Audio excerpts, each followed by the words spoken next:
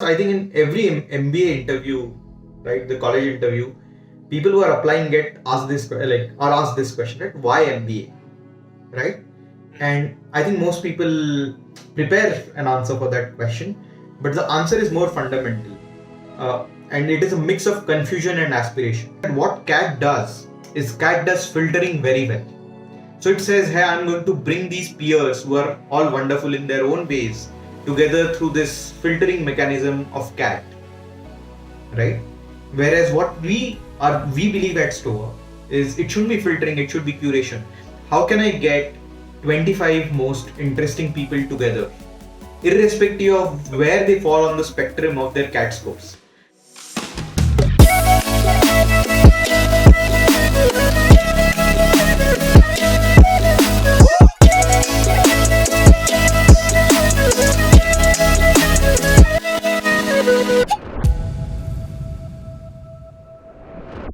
Hey guys, welcome back to DFTL.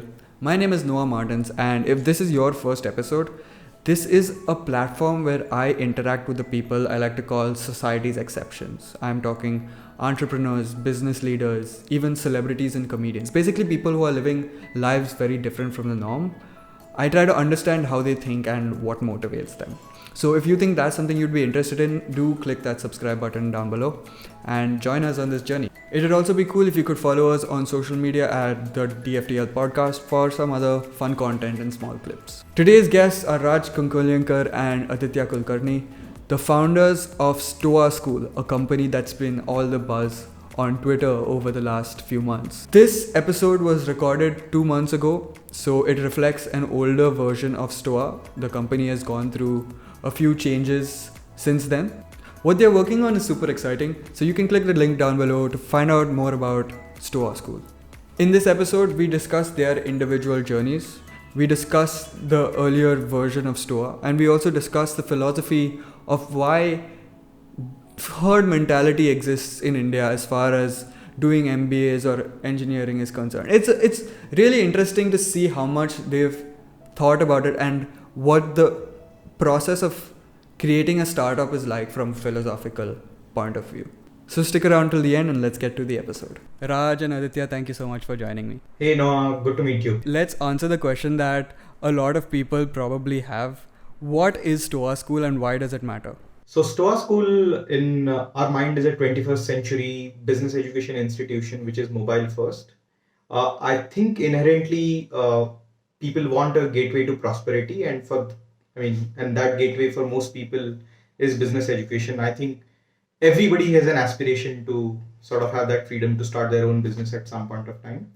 And at Stoa School, we just want to make that business education accessible for people to sort of, take steps towards doing their own business or succeeding in business roles, whatever that may be. How did you, let's explore your journey. So let's start with you, Aditya. What's your background like? How did you get to this point? Yes, I graduated from Pilani back in 2009, got into a coding job and got bored in 6 months, right? And when we started thinking about Stoa School, that was the first thought, right? Relating back to, I guess so many of us get out of engineering, get into coding jobs, don't really enjoy it. And then we are looking for something different, right? Something better. And I was exactly in that spot when I was working back in Bangalore in 2010. And just on a whim, I resigned because I read an article in Times of India saying Bishop Cotton, which is one of the popular schools in Bangalore, I think it had something like 400 seats at that point and 3,000 applications, and parents were standing outside the school waiting for the form to be released and all of this and that. So that was my first brush with, let's say, starting something on my own. Resigned on a whim and then practically sat on my ass for 3 months, right? Did nothing. And then realized that maybe I'm not ready for this journey. So joined another company in Pune. I wrote my CAT during that time and I was hoping that I'll crack CAT. Did not work. Got into IIM Shillong and I was very inclined to go to IIM Shillong because I thought, for 2 years I'll get to trek around in Northeast. I mean, that was the sole purpose, right? There was no signaling, nothing in that sort of thing in my mind. One of my seniors advised me against that. So joined another company in Pune, worked there for a year, then cracked CAT that particular year and then went to IIM Bangalore. Out of IIM Bangalore, I started a company called Learning Outcomes, ran that for 3 years. had an exit with learning outcomes. It was acquired by a company called Liga. Then started another company called Baby on Board, where our thesis was to create health and education data on top of baby photos. Uh, it was a failure of epic proportions, I think. Going from a B2B company doing sales and operations to building product, that was a big jump for me. Did not really work out, but the company was acquired by Roundglass, and at Roundglass, then I created India's first social emotional well-being curriculum for schools. So built the product team, built the sales team, took it from concept to about 50 paid schools in 12 months, and then again decided to pursue something on my own, and that is again from there to launch of Stoa School. It's another 12 months of journey. The earlier version of Stoa, it was known as Questo, and at Questo, what we were trying to do is create online learning communities, help other people create online learning communities. So that was the earlier avatar of Stoa. Right. And Raj, what about you? What's your background like? Everything until you got to this point before starting Stoa. So, it's a long story. I think I'd like to get started from the point wherein, while growing up, I was pretty much excited and, like really enchanted with the world of physics, astronomy, cosmology, and the likes. And the only thing I knew from the moment I was, going into high school was that I wanted to become an astronomer. I wanted to become a physicist. And with that resolve, sort of got into bits, took on degree in physics, right? Did not take an engineering degree. I had absolutely zero exposure to the world of business, to entrepreneurship, so to say. I had a good understanding that I could put teams together, I could pick on a mission and get people to, align themselves to take on a mission. But yep, like absolutely no understanding of how things work in the real world. Got out of college, applied for a bunch of PhD programs, published a few papers in quantum cosmology, but for some reason did not manage to crack any PhD program. In fact, I'd applied for, if I'm not mistaken, around 15 PhD programs in the US, did not make it through any one of them. And at that point of time, I was left to wonder what I really want to, take ahead, what I really want to do in the years to come. Because the one thing that I knew, one thing that I thought I was good at, that's physics, closed all the doors, closed all its doors at me. 2016, I started with helping a few kids here in Goa, right? Like learn high-level mathematics and science while they were in high school. I realized I enjoy teaching a lot, and that is something I want to spend the next few years doing. And as I was teaching, right, I had to, of course, fend for myself. I had to justify the investments that my parents had made in my education, and of course, started charging people, right, for that, along with a friend of mine. And that was my first like attempt at running a business. Of course, we were pretty much scraping by friends who were working in cushy IT, startup jobs right out of college, were probably earning orders of magnitude more than what I was earning back in the day. But I liked what I was doing, right? I liked the space that I was in, and I think what happened post that was that I got more and more inclined into the world of business. In fact, late that year, I met someone who had sold his startup to LinkedIn, right? Like a friend who had dropped by from the US, bumped into him, realized that hey, there's this entire world of startups, out there. Realized about the crypto boom that was going on at that point of time, and being a Bitcoin, of course, like you're not really foreigners when it comes to startups, right? Like you always hear some batchmate or the other who's cooked up a thing of their own. So I was like, hey man, why don't I try this out? Why don't I mix education with running a big business, a scalable business out of it. And so we decided to create like an AI-based chatbot which will help you figure out the right learning resource back in the day. And I think at that point of time we failed at almost every aspect of building that into sustainable business. Fast forward a few months, talked to many more people, got a lot of gyan and advice on how to go about running a business. Could not digest all of it, right? So started our second venture, which is setting up an even bigger alternative learning space here in Goa. Did that for about good 8 to 10 months before realizing that I don't really find myself comfortable in the offline space, and that I was pretty much taken by the internet and what how you could deliver education over the internet.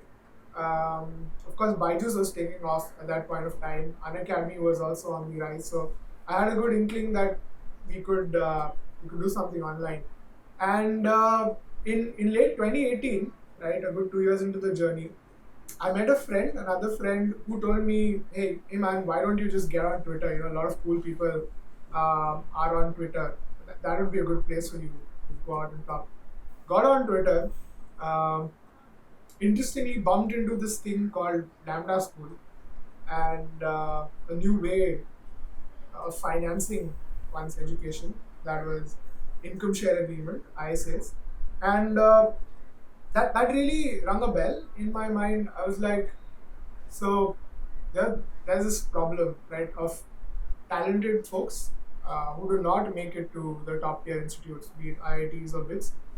I'm sure all of us have a lot of friends who fit into that category. What I decided was, hey, I have the Bitsin network with me. I know a lot of people doing startups. Why don't I train people in jobs that startups really struggle to, hire well for, right? Solve for that pain point. And after a few months of research, we realized that hiring web developers was a big problem, right? Um, Folks from top tier colleges would pretty much not be not be doing web development, they'd be doing software development, if anything. So there was a dearth of good web developers, and so we went to a few local colleges here in Goa, picked up a few people, said, hey, why don't you learn web development? We will get you placed, right? Forget your college, we will handle getting you placed. Tried out a pilot, and a good friend of mine, Sharma, joined me in our adventure. Right? He left his startup job in Bangalore, joined me while at it, and we ran this for about 4 months. Saw this going somewhere. Success with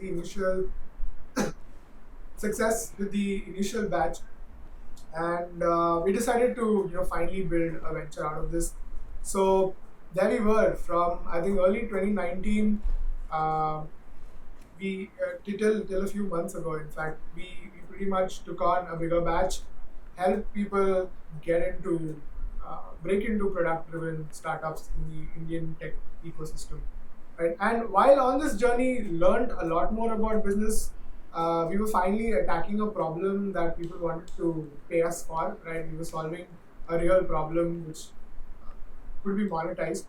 And in this entire journey, like of getting people to learn online, right? I myself became a part of a lot of online learning communities. One, incidentally, about building businesses in education itself, and that is in fact where I met Aditya. We started talking about India and online education, and decided that it would be a great idea to join forces and work together. And well, here we are, right? Here we are trying out what we're doing at Stoa School. Okay, so tell me more about how y'all met and how y'all came up with why y'all decided to do this. So when we met on the Transcend Network Slack, right? I had in fact gone through a previous edition of the fellowship program that Aditya was undergoing at that point of time. Of course, it made natural sense for us to catch up because we come from the same college, interested in the same sector, right? Tech which is happy coincidence, right? And we also realized at that point that given what was going on, I think this was in the middle of the whole COVID scene, right? When we met, we realized that we have a lot of commonalities in terms of how we look at education, how we look at the business of education, and what outcomes we personally wanted, right, for each other. And I think this is super critical, right? Having alignment on all of these three things is super critical, especially in education, because, well, as you know, in India, the sort of education businesses, the spectrum on which you can build education businesses is pretty wide, right? And the way you can sell education in India itself is pretty wide. And we realized that we were aligned on how we want to go out to the world with any offering that we come up with. And that and at that point of time, we realized that we should probably join together, that we have complementary strengths, right? Like that we can sort of put to good use by working together um, in the business of learning in communities, right? So that was the thesis that we had when we actually got started off working. Okay, and then how does that lead to? I think I'll just add something interesting, right? So Raj and me, we haven't Sure. personally met each other. I don't Okay. think what ended up happening was Raj's team from Nova Samita, my team from Questo, and we all have sort of started working together. And it's the COVID times, right? So I think we have people working in Mumbai, Kolkata, uh, I don't know, Odisha, Bangalore, Goa, of course. And I mean, of course, Raj has met his team and I have met my team. Even the people I have hired, I've probably met them for a coffee in CCD very quickly for 15 minutes and have done the interviews largely over Zoom or all of that, right? So it's a pretty remote first uh, organization. But more than the organization, I think how people have come together and gelled, and not just Raj and me, right? The whole team has background in education. Everybody is passionate about education. I mean, business is an aside for a lot of people, but everybody is really passionate about education. So that was another part, right? Like in India, people talk about marriages and how it is marriage of families. I think when two teams decide to work with each other, it is similar. Like it's not just, hey, I'm leading this team, you're leading this team, we gel together, but it also the teams that have to really work together. They had complementary skill sets, and that's how in around April, May, I guess April is when we really started jamming ideas together, and we made things official in July. Now that I'm thinking, like it almost feels like marriage. Right. But how does that lead to this idea of doing this MBA substitute? Where did you all identify? How did you all identify this need, and what was that process like of identifying the problem? Yeah. So when we started exploring ideas together, right, we were pretty sure because we met in an online learning community and we saw what it could do, right? It brought Raj and me together.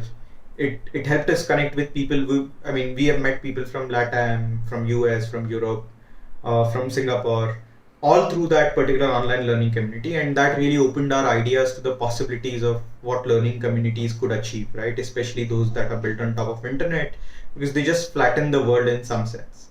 We went really deep, and I think Raj more so in the philosophical aspect of learning communities, how they form, who are the geeks, who are the mobs, who are the fanatics, and there are all these wonderful terms about evaporative cooling effect in the context of learning communities, and how every new member that gets added to the community actually lowers the quality of the community, and what community could do to sustain quality. So I think the first thing that we really did and did really well was just understood how learning communities are created, how they could be sustained, and how they can grow, right? And once we had developed that solid understanding of how this phenomenon works, then we said, hey, how do we deploy this? And our first instinct was, hey, we understand how this works, right? Why can't we build on top of someone else's brand? Let us reach out to folks who probably have audience already and help them create their own communities. And if you still go back to questo.substack.com, you will see the post where we are writing about edu creators, people who are in the business of learning but are creators in some sense, right? So for example, channels like Economics Explained on YouTube.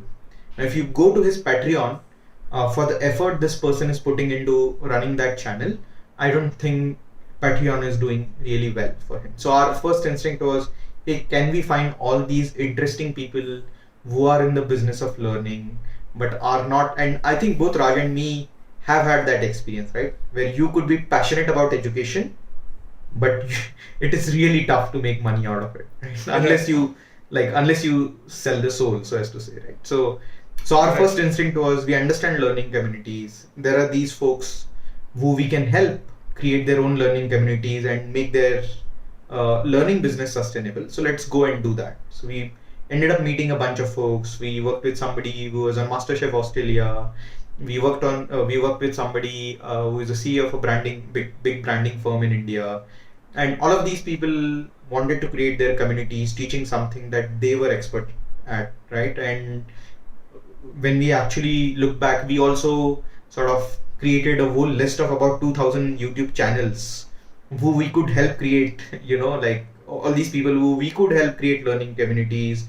Reached out to a lot of folks, just cold emailing, this and that, right? And we ended up doing about 5 communities, right? And in the process, what we realized is, doing one program takes a lot of hard work. Just from generating leads, getting your curriculum right, to delivering that experience and doing that again and again, right? It is a lot of hard work, and it cannot be done if this is like the third or fourth important thing in the person's life. If he's already, let's say, CEO of a firm, it's very tough for that person to, we were practically working on their timelines, right? So they could say, hey, I can't take meeting this week, so it gets pushed to next week. And we are waiting. And of course because by that time these two families have sort of met, there was a payroll to be met for 6 people, right? Of course, we had raised a small round of funding way back in April, but again the meter was ticking, so as to say, right? And what really one of the interesting things that happened that time, we also met John Danner through Transcend Network, because he was one of the guest speakers at Transcend, and we were fortunate that John gave us his time, and we had 2 or 3 calls with him where we explained him the customer discovery process that we are going through. And one of the conversations really sort of went wild, where we told him that, hey, we are doing this program for somebody to create a curriculum around yoga business. So a lot of people not just in India but worldwide today, have yoga trainer certification, right? So there are a lot of yoga trainers, but it's incredibly hard to build a yoga business. And when we started helping this person to create that yoga business curriculum, essentially a learning community around how to build yoga business, and we were telling John, hey, we are doing this yoga business thing, and that conversation really led to, hey, can we do business education curriculums for all sorts of folks, right? Why just yoga business? Why can't it be Shopify owners? Why can't it be church leaders? Why can't it be let's say somebody who wants to run a baking business? And if you really see, all these people have very different needs in terms of their business education. A standard MBA education is not for them. First of all, they are already running the business, so they can't go away for 2 years and say, hey, I'm going to park myself in this wonderful institution and in all the greenery and spend time ideating about what the business should be. The time is of course the first constant. The second constant is money. If I had 20 lakhs, I would rather be investing in running my business instead of giving it to an institution just for the brand or the network, right? So that was the spark which led to Stoa School, which is today, I think because of the internet, there are a lot more people who are building their own businesses on top of business and on top of internet, and their business needs are vastly different. They necessarily don't have as much time or money to invest in a formal business education. And how could we solve that? So that was the starting point. But then the next question was, hey, if we really have to build this as an institution, what is the wedge, right? Where do we start? And that sort of led to Stoa School, in the sense that let us start with people who want to break out into business roles. Going back to the same story that I spoke about, right? People like me were 6-12 months into their coding job, absolutely hate it, want to move to business side. How could we facilitate that role? And that's how Stoa came into picture. Yeah. Right. So I saw on your Twitter that it says that Stoa is a viable alternative to expensive MBA programs, right?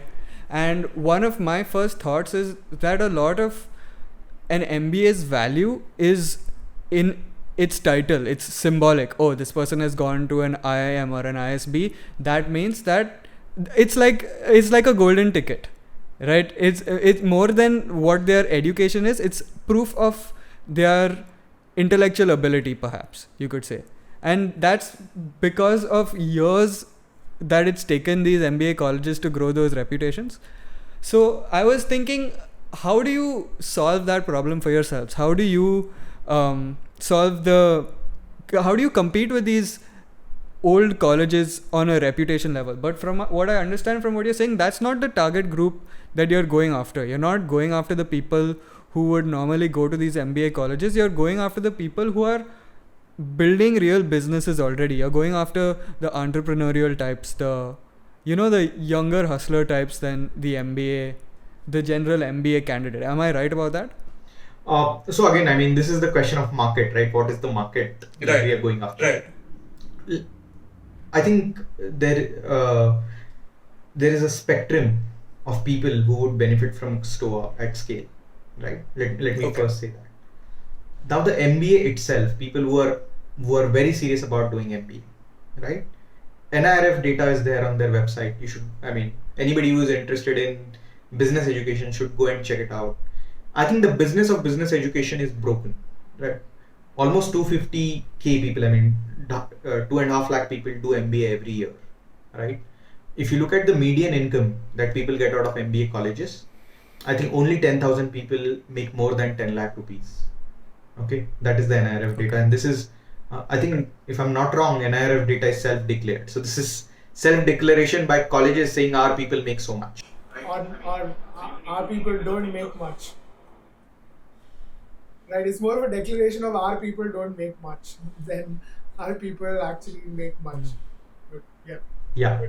So about 10,000 people out of these 2.5 lakh people make more than 10 lakhs. There is another 10,000 people who make more than 5 lakhs. And after that, it is a pretty steep fall. I think not more than 40,000 people out of these 2.5 lakh people actually make more than 2 lakhs out of their MBA degree. Okay. So I think we need to look at MBA in a different light. I mean, of course, we are not going after somebody who wants to go to IIM ABC. We are sure we won't be able to convince them, at least now, right? That is one. Second, as I said, business education or doing business is a core fundamental aspiration for almost everybody. Everybody in life at some point of has thought कि यार MBA करना चाहिए क्या, right? And it is a very leaky funnel, by the way. Not everybody who thinks of doing MBA actually does MBA. So if you just looked at LinkedIn data and you go to, let's say, campaign and search for people who are in business roles without MBA degree, I think there are there are crores of people who are in business roles without business education, and a lot of these people are stuck, right? So for example, how many salespeople have you met who are stuck in their low-paying sales jobs because they can't communicate well? And then there is the third large segment, which is all the people who are in tech or non-business roles who want to move to business roles, right? And a section of these, of course, want to start their own business. So that is how we look at the market. People who want to pursue MBA, people who are in business roles but haven't pursued MBA, people who are not in business roles but want to move to business roles. Of course, this is the largest segment, and within that, of course, there are these people who have already started their business. Right. So this is probably something that you all have had to think about while on this journey. What do you think are the main reasons for people to get a business education? Why do you think people go down that road? I think we can start with Aditya, right? The good part is that Aditya already has an MBA, so he would probably give you an insider's perspective of people who've been through an MBA program. And then I'd like to definitely talk about what a perspective is for an outsider, right? Like someone who doesn't have that formal perspective into education. Sure. So I have two comments to make, right? First, I think in every MBA interview, right, the college interview, people who are applying get asked this are asked this question, right? Why MBA, right? And I think most people prepare an answer for that question, but the answer is more fundamental, and it is a mix of confusion and aspiration, right? Confusion because if you're not going to pursue MS outside, and I mean that is the gateway to, let's say, a US green card or whatever. If you're not going to go outside and you want to pursue better education in India at postgraduate level, MBA is the only option, right? And it is an extension of that 4-year engineering degree. So when we get into engineering, people are confused. People don't know what they want in life, right? And for people, a lot of people who don't figure out in those 4 years what they want, MBA is an extended 2-year, place to explore yourself. I mean, and it comes with aspiration, right? Because there is a brand value to going to an IIM, there is a brand value to going to an ISB, and all of that. And you actually meet very interesting people, right? And some of my best friends, I've met them in IIM Bangalore. And there is also quick comparison, right? In the sense that what CAT does is CAT does filtering very well. So it says, hey, I'm going to bring these peers who are all wonderful in their own ways together through this filtering mechanism of CAT, right? Whereas what we believe at Stoa is it shouldn't be filtering, it should be curation. How can I get 25 most interesting people together, irrespective of where they fall on the spectrum of their CAT scores, right? So curation versus filtering, that is one. But yeah, I think going back to your question about MBA degree, right? There are, I think, 3 or 4 core aspects to MBA. The first is the network itself, right? When you go to an IIM, you get access to a network. The second, as you said, is the signaling. When you meet somebody and you say, I'm from IIM X or whatever, it sort of projects to the other person that, hey, this person is something special. And I think in our customer interviews, a lot of people have told us that they feel that they're on the back foot, that they're underconfident when the other person has the MBA degree or has the degree from one of these big colleges, right? So network, signal. Third is the learning and the learning itself, right? I do think the business education that happens in IIM has a lot of value, right? There is a lot of value. You get that luxury of 2 years to really build your mental models around how businesses are built and all of that. So I would say these are the 3 reasons: network, signal, learning.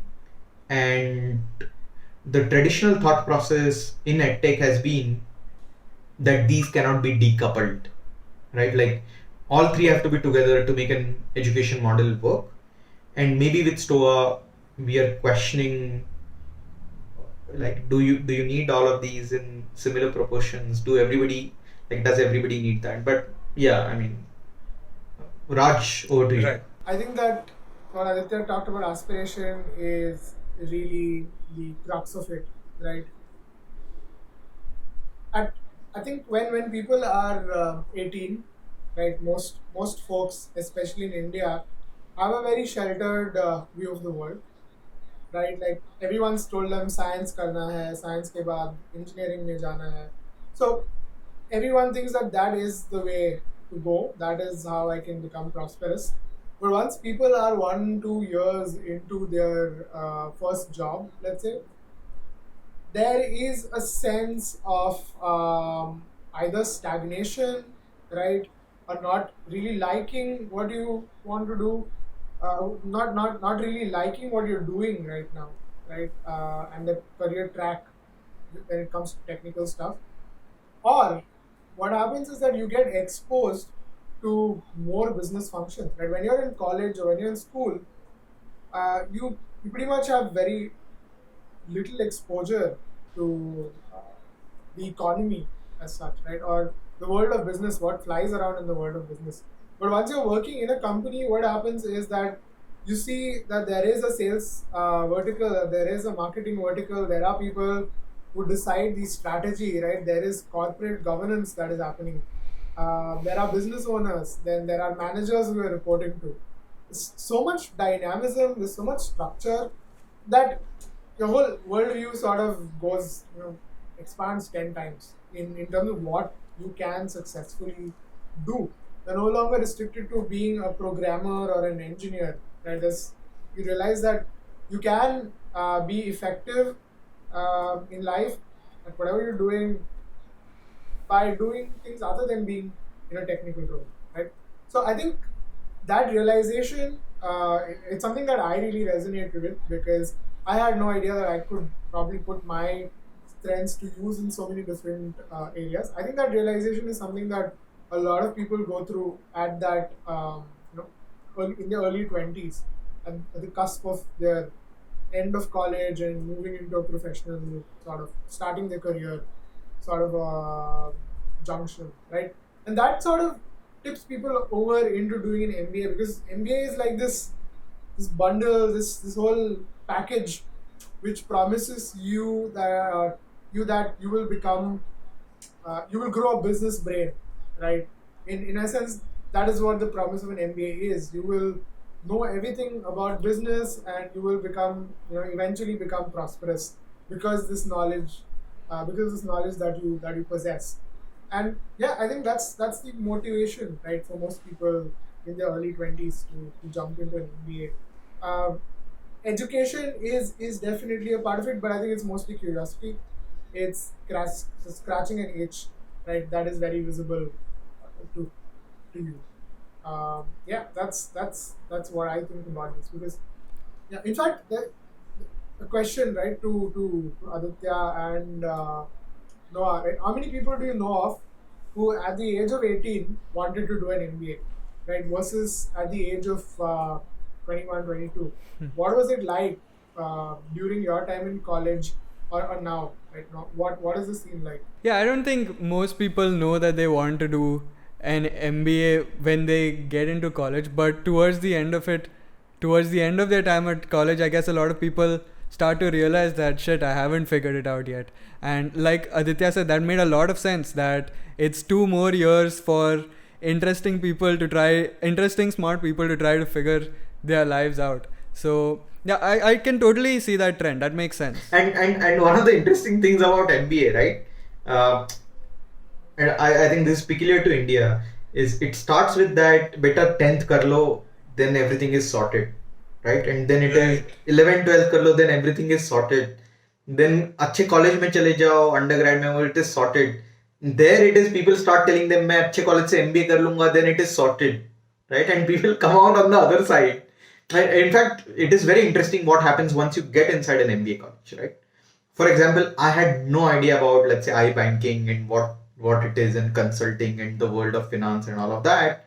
I mean, of course, superficial idea about what BCG, McKinsey, Goldman Sachs and all of that is there. But once you get inside, your mind sort of opens up to all these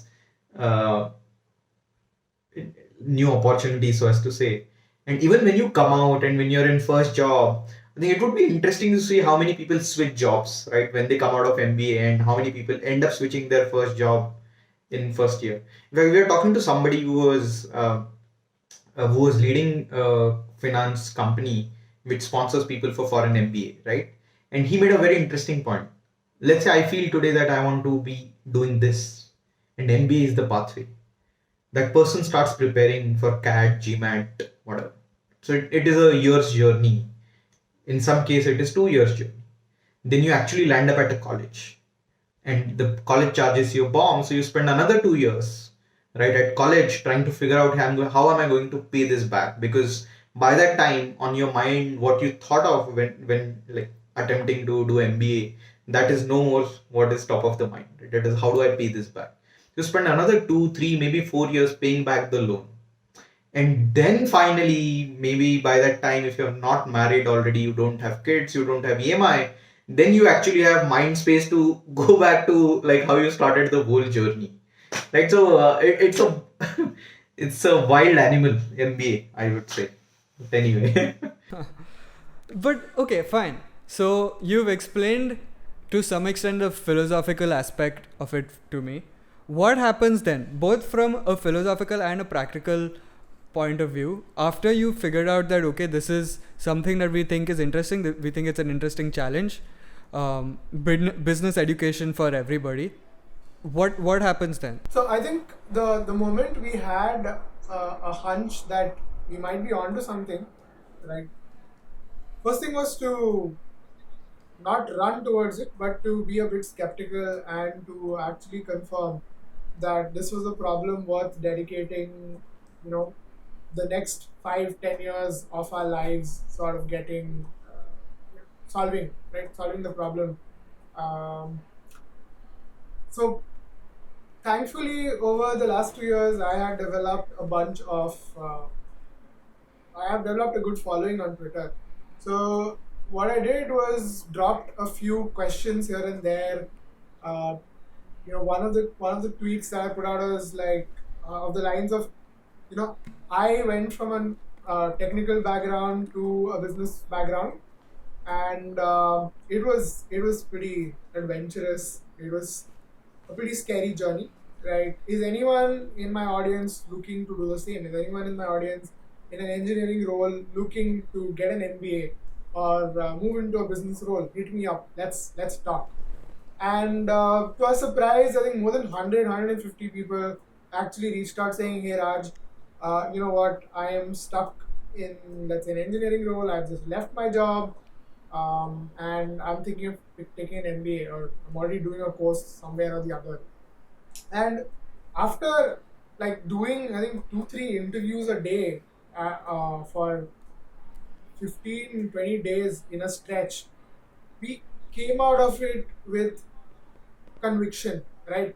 Not only was it a hunch that there was a problem here, there was an unmet need, but we also uh, realized that this is bigger than we thought it was, and that we should probably put our heads down, understand all the personas, all the buckets that you can put people in, and then go about picking particular category that we think would be a good category to start off with, and yep, like roll it out. Right. That is how we sort of went about the process from the time we realized this is probably something we can do to gaining that conviction that we got a nearness. And I think one thing that we did after these interviews was actually run few workshops, right, on a standalone basis, and see what pedagogy is going to work, what kind of learning method is going to work. Can peer-to-peer actually work on a Zoom call? Just trying to understand how technology is going to play a role in this whole experience. I think a couple of quick anecdotes from those interviews, right? What came out of those interviews is a lot of times it is explicitly said to people who haven't had formal business education is ये business decision है तुझे नहीं समझेगा, right? How many engineers have heard that?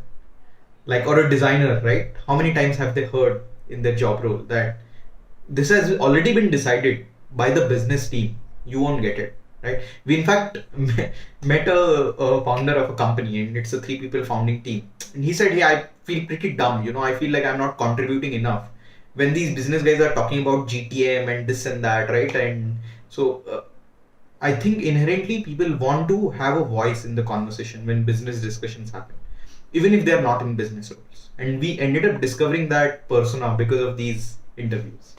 Yes, but yeah, and then it was, once we had done the interviews, we had run few workshops, then the next question was, how are we going to put the whole structure around the curriculum? And then of course Raj will talk about how we went about the launch and getting first few users. But, yeah. So once we ran the workshops, right? Once we had an understanding that this is a model that is going to work, I think given our experience in education, one lesson that stood out to us was that education is entirely a business of trust, right?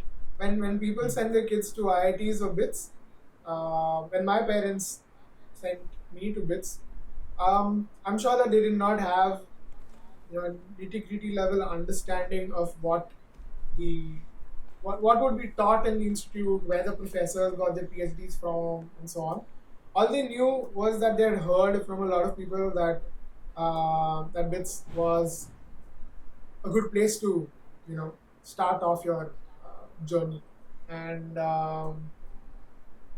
what we tried to do was try to figure out what it takes to build trust, right, in an educational brand. Spend some time studying other brands, talking to a lot of brand consultants, and at the end of the exercise, that is when I think we cycled through hundreds of naming suggestions, multiple logos, color schemes, whatnot, to then land onto the name and the identity that we currently have, because that is the standing point, that is a starting point, right, to anything and everything. And then I think we did spend a considerable amount of time trying to get the messaging right, because unlike the K-12 segment, that is Byju's and Wydad Junior, Topper, this is a segment of adult education, right? Like here you're directly selling um, to the people who will actually be going through the experience. So that involves a completely different way of marketing, of putting your message across, right?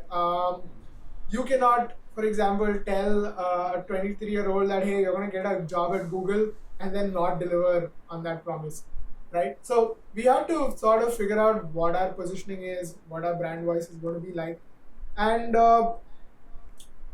one thing that we also discovered through the process of the customer discovery as well as our personal journeys is that a lot of educational institutes right now, the vibe, right, like broadly put, the vibe that they give out is pretty outdated, right? So the one thing that we knew was that although we as Stoa wanted to be an institution rather than a startup, right?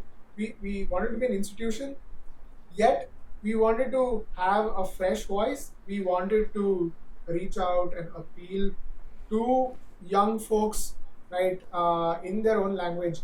So it was pretty much a tightrope walk getting that the branding bit right, trying to get best of both worlds in there. But once we realized we had that, wedge into the market, we of course got on board very, very interesting and renowned folks in the startup ecosystem, right? So Richa, who's the founder of Zivame, Raveen, founder of Mintra, Vaibhav from Better Capital, who's funded the hottest fintech startups right now in the country. Once we got on board, credible names, we realized that, man, buying this for the price point and the time duration that we're offering it at would be a no-brainer to everyone. Once we were convinced that we ourselves would buy, we ourselves would pay the full ticket amount to get into and get into this experience and undergo that experience. That was the point when we realized that okay, now we have to take it out to the people, right? And parallelly on Twitter, built up a lot of hype, right? Just surprising. It was, I think, we were trying things out, of course, but turned out that it really struck a chord with people, right? Even the hype itself really struck a chord with people. And at the day of the launch, when we put out the launch tweet, I very well remember this was the 2nd of October, right? Gandhi Jayanti holiday. Around 7:30 p.m. is when we put out the tweet thread detailing our experiences and putting out our story of why we're doing what we're doing at Stoa, why we're tackling the problem in the way we're tackling it, right? It just blew up. It blew up to such an extent that we were getting calls from friends, from family, from a lot of people who wanted to invest in the idea because they liked the problem that we're solving. Right? It was intense. I think the 1.5 month that has passed since then has felt like almost a year. Right? We have pretty much, I think, individually and as a company, gone up a few notches just because of the love that people have showered us with. And I believe that it is because we got the underlying why we got the underlying message right and got people to trust us somehow, right? At this point of time, we have more applications than we can sort of deal with for the next few quarters to come, right? And we're in an incredibly good place because of the research, the research that we sort of put in, the 2 months of research that we put in, I feel. And yeah, I think we probably ended up discovering even more about the user personas through our application process. We had, in fact, the CEO of a publicly listed company. Right? I don't want to name the company, but a CEO of a publicly listed company who applied. And at that point of time, we thought that we were being pranked. Right? We thought that people were just pulling our leg. But a few days on, when we actually realized that this is legit, we were shook, right? Because that's something that we did not really expect. So we started off with a very, very narrow segment, people who have 2 years of experience in technical jobs, who want to make a shift into a business role, and we landed up with like a gold mine of a market. Right, that is pretty much how it went. And I think this is a lesson for everyone to take, that doing your research right, getting your initial messaging across very well, investing in that, right? You can only launch once, right? Once people hear of you, they've already developed an impression of you, so you better get it right. Once we sort of nailed that, we were on the highway, right? We shifted 2 gears. That is how I would put it. And anyone who's sort of listening in and wants to sort of replicate this in any other market, let's say, right? Do your customer research right, do your branding right. It is something that we as Indians do not spend a lot of time on. Branding, and I think branding is more of an oversight. Ki chalo, let's focus on our product. Branding to baad mein dekh lete hain, right? But in a services business such as education, that is the first thing that you have to focus on, right? Because a lot of people are used to scams such as IIPM. So when you say that, hey, here's an alternative business education thing, the first thing that gets on people's mind is IIPM, Arindam Chaudhary. But if you want to overcome that, you have to sort of go deep, right? And I think that is what we did well, and it's paying off. It's paying off. Congrats, man. Like, I want to congratulate both of you on that. We'll get through a few more questions before we finish this. Firstly, tell me about each of your roles currently at Stoa, and also about the most interesting challenge you think you have faced so far in this journey. We can start with you, Aditya. Yeah, so I look at the learning side of things, right, and the internal operations, because how the cohort experience is, who gets in, how do we make sure that we deliver on the promises that we have made on the outside. And Raj, of course, leads our marketing and growth and the branding aspect of it. We are, in fact, as a company, we want to be a content first company, right? So you will soon see a lot more content that is being put out from Stoa's side. And I mean, because we stand for accessible business education, we probably want to put out a lot more content out for free. We in fact want to sort of do content in a way where if somebody wants business education, they can get content for free from Stoa, but they only pay us if they want to have the experience of being part of Stoa. So yeah, I mean, that is largely the role. We have also had a couple of incredible people join in on the journey. Sharmat is our third co-founder. He looks at, again, productizing some of the things that we are doing. A friend, batchmate of mine from Bits has already joined in an ops role, so that is sort of under wraps. But yeah, as a team, I think we are pretty sorted, really in a good place. Yeah, Raj, anything you want to add? I think I want to talk about the role of community, because that is something that I've been looking at. Not enough folks in India focus on building an audience around your offering, building, not only getting followers on social media, right? I think that's a very narrow-minded view of what an audience is, but a captive audience, people who are excited about what you're doing, what your journey is like. So I sort of see to it that people go from being outside Stoa to inside Stoa, and that's how I would sort of look at my role as it's a mix of growth and community, with community being like a very strong part of whatever we do. It's inside Stoa or outside Stoa. Got a few interesting projects lined up there, which we will be launching next quarter. So yeah, like super excited about like our individual sort of involvement in what we're doing. And what do you think is the most interesting challenge you'll have faced so far in this journey? I think it finally boils down to delivering on the promises, right? Or I mean, at least the expectation, living up to the expectation. That is the challenge because I think, as Raj mentioned, we probably don't want to land up as the next Arindam Chaudhary to just put it that way, right? But no, I think it is about um, how do we build this as an institution, right? We don't want to be we don't want to be perceived as a startup, right? Uh, we are building this as a 21st century mobile first university, and typically if you see universities that are get built that are getting built even today, they typically at the start have a endowment of what 200-300 crore at the minimum to get started, whereas we are building this on a bare bones, so as to say, I mean, we are getting funded by the students, so as to say, right, to build this university.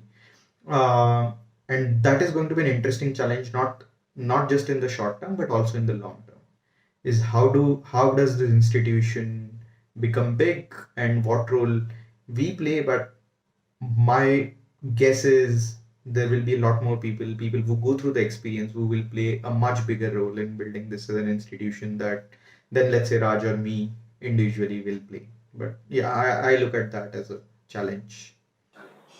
I think for me, what I've realized is that a lot more people want what we're offering at this point of time than we can cater to, and I really want us to get to a position where we can actually open the gates up to everyone, and help people out. Right? I think in the entire VC or even like general Twitter Janta conversations, the term signaling is thrown around a lot. Um, right, like IITs, IIMs, BITS. I think these institutes are all about signaling. That is, they they do well because they're so hard to get into, right? I wouldn't call educational experience that they get there, get students get there to be stellar. It's just the curation and the peer group that they get there, right? But what we would want to do, in fact, I mean, is not to close our gates and be like, we take in only 0.0001% of people who apply. That's not what Aditya and I and Sharma and the rest of the team are here to do. We're not here to create more gatekeepers, right? We don't want to be one. We want to get to a position where we can actually let people who want a better future for themselves come in and get that, right? So scaling, getting a operational model in place that can really take in all the demand.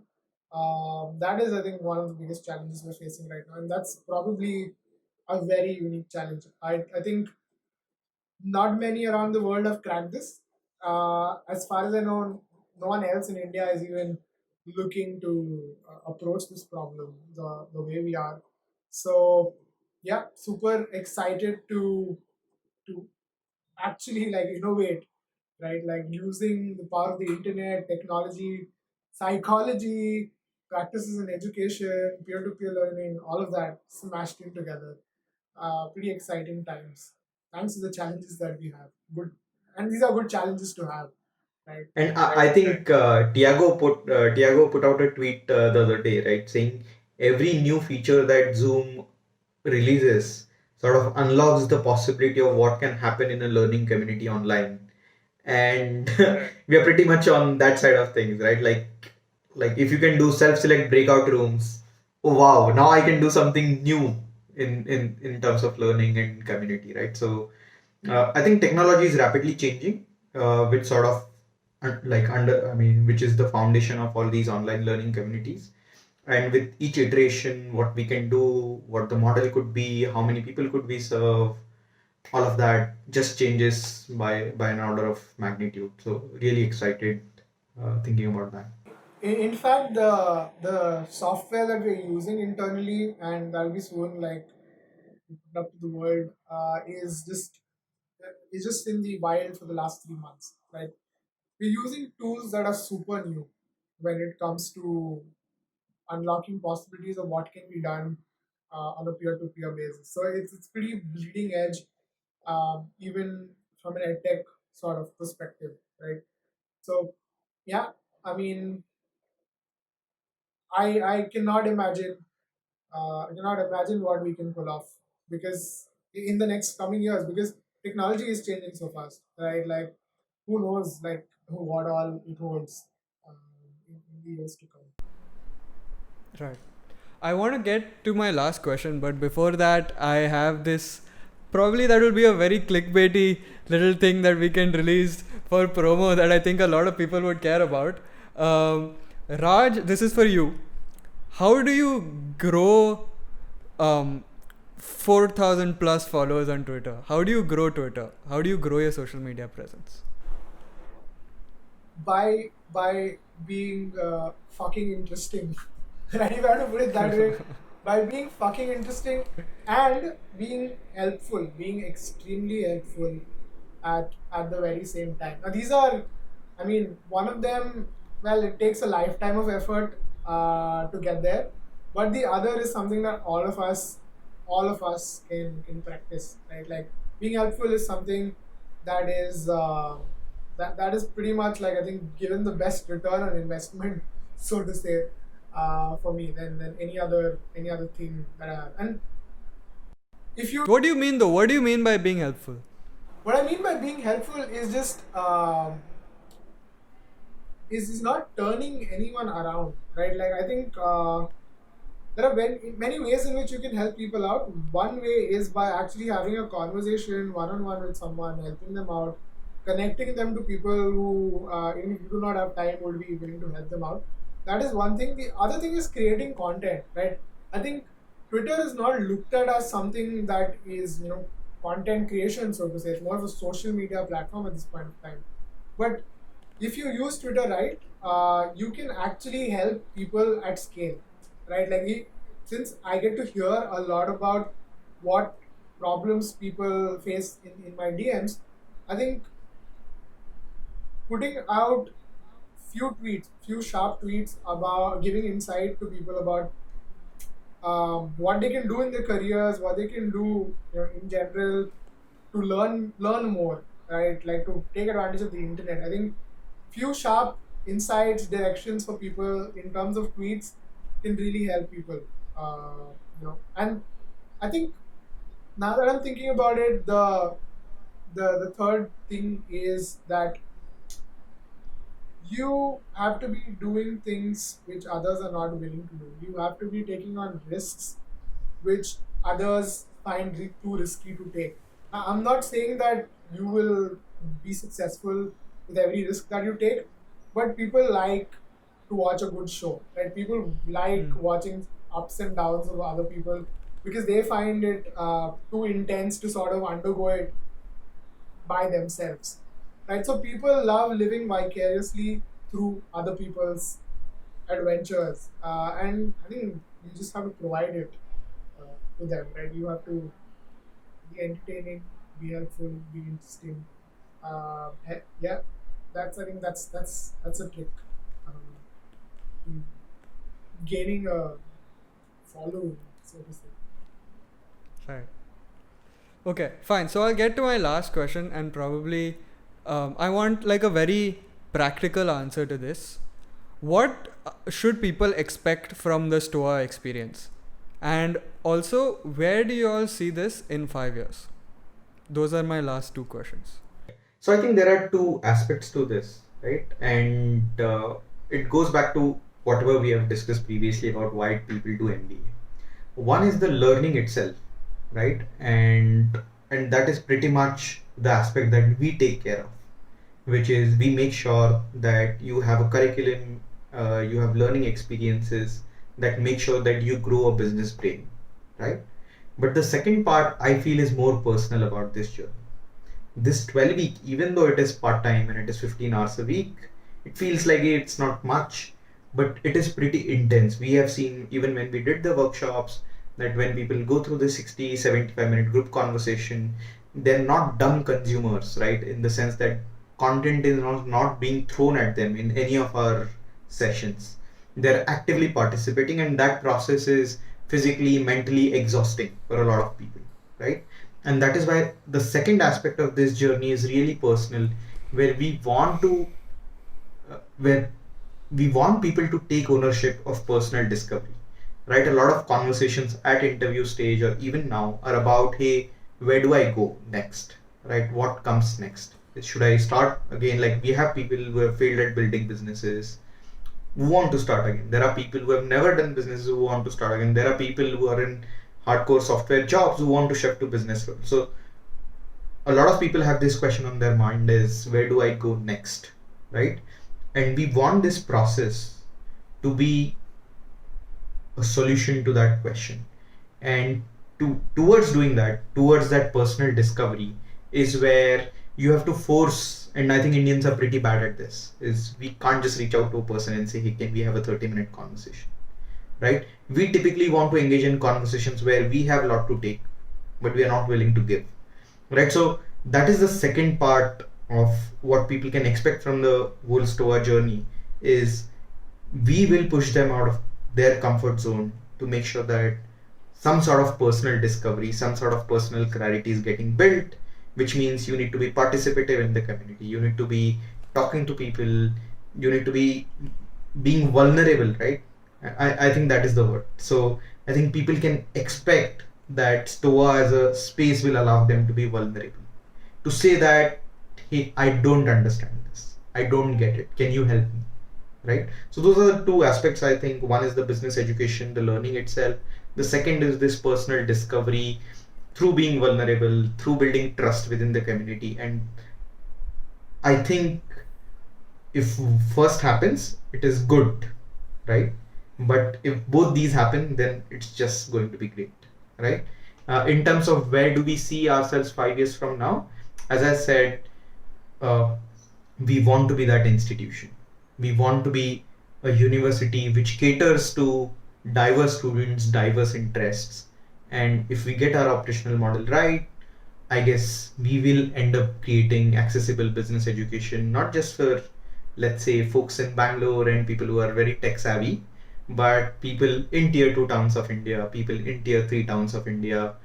In fact, one of the interesting things that has happened through applications is we have received few applications from other Asian countries. I mean, and we want to be there, right? We want to become that 21st century mobile first business education university for Asia and maybe Africa. We don't know. So I think for me, one thing I really believe in is that learning happens um, when learning happens best when you are in an environment which is comforting, which is supportive, while you face circumstances which are challenging, right? So learning needs a mix of comfort and challenges, and we would want Stoa to be that place where people can go, right? People get a place to belong to, yet people are presented with challenges that help them learn, right? So because learning is a painful process. No learning has ever come easy. You can ask people who appear the wisest out there. Go ask Kunal Shah, perhaps a novel. I'm pretty sure they've been through some strenuous experiences in their life that has got them to that clarity that they currently have, right? We just want people to we just want to provide people a comfortable environment, an accepting environment, um, place that they can call home, right? While they go through all the sort of adversities that life has to throw at all of us. Right. So that's what I look at Stoa as. Cool. Well, I mean, it's been a great conversation, and I think that at the start of this, I didn't have as much clarity about what y'all were trying to do as I do now, and it honestly, I get it. Like, I think what y'all are doing is very cool, and I wish you both the best of luck with it. Yeah. Thank you, Noah. Thanks a lot. Thank you for this. Thanks, Noah.